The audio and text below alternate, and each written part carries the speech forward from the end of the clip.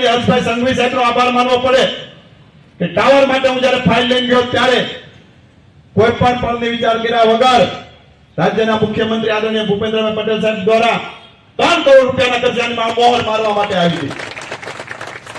મિત્રો જ્યારે ટાવર મંજૂર થયો ત્યારે અમુક મિત્રો સોશિયલ મીડિયાના માધ્યમથી વાત કરતા હતા જાહેરાત થશે નહીં, પણ વિશ્વાસ સાથે કહી શકું કે ભારતીય જનતા પાર્ટીનો કાર્યકર્તા જેનું ખાતમુહૂર્ત કરે એ જ જોઈનું લોકાર્પણ કરતો હોય છે.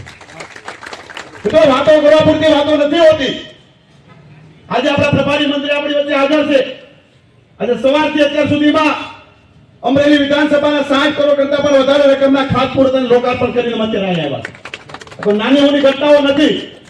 જે પણ પડતર પ્રશ્નો અમરેલીની જનતાના હોય, અમરેલી વિધાનસભાના હોય, અમરેલી જિલ્લાના હોય, એમના માટે ભારતીય જનતા પાર્ટીની સરકાર એ કામ કરવા માટે કટિબદ્ધ છે.